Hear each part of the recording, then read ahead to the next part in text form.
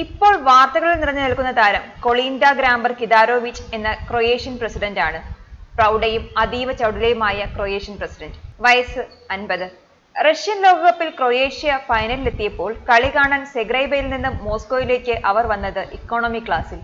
Ticket എടുത്ത സ്റ്റേഡിയത്തിൽ സാധാരണ കാണികൾക്കൊപ്പം ഇരുന്ന അവർ റഷ്യൻ പ്രധാനമന്ത്രി നിർബന്ധിച്ചപ്പോഴാണത്രേ VIP ലോഞ്ചിലേക്ക് മാറിയത്.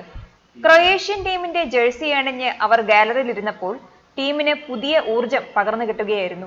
അമേരിക്കൻ മോഡൽ കൊക്കോ ഓസ്റ്റിനും അവരുടെ ഭർത്താവും കടപ്പുറത്ത് രാസലീലകളാടുന്ന ചിത്രങ്ങൾ പുറത്തു വന്നപ്പോൾ അത് വൈറലായതിന് പിന്നിലെ കാരണം കൊക്കോ ഓസ്റ്റിന് കൊളീൻഡ ഗ്രാംബറുമായുള്ള മുഖസാദൃശ്യമായിരുന്നു.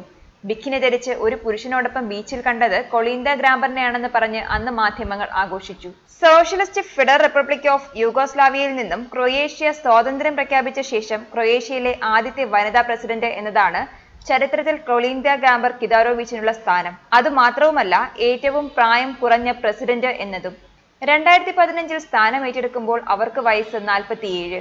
പ്രസിഡന്റായി ചുമതലയേറ്റതിന് മുന്നേ US-ലെ ക്രൊയേഷ്യൻ അംബാസഡർ, നാറ്റോവിന്റെ അസിസ്റ്റന്റ് സെക്രട്ടറി ജനറൽ എന്നിവയുൾപ്പെടെ ഒട്ടേറെ ഗവൺമെന്റൽ ഡിപ്ലോമാറ്റിക് ചുമതലകൾ അവർ വഹിച്ചിരുന്നു.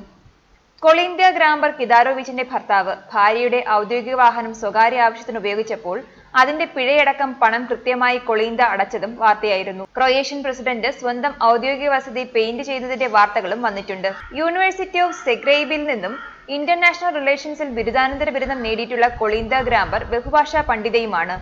ഇംഗ്ലീഷ്, സ്പാനിഷ്, ക്രൊയേഷ്യൻ, പോർച്ചുഗീസ് എന്നീ ഭാഷകൾ സംസാരിക്കാൻ അറിയാവുന്ന കൊളീൻഡയ്ക്ക് ഇറ്റാലിയൻ, ഫ്രഞ്ച്, ജർമ്മൻ എന്നിവ മനസ്സിലാവുകയും ചെയ്യും. റോമൻ കത്തോലിക്ക വിശ്വാസിയാണെങ്കിലും LGBT വിഭാഗത്തിന്റെ അവകാശങ്ങൾ, അബോർഷൻ എന്നിവയോടെല്ലാം അനുകൂല മനോഭാവമാണ് കൊളീൻഡയ്ക്കുള്ളത് എന്നതും ശ്രദ്ധേയമാണ്. ന്യൂസ് ഡെസ്ക് മലയാളി വാർത്ത.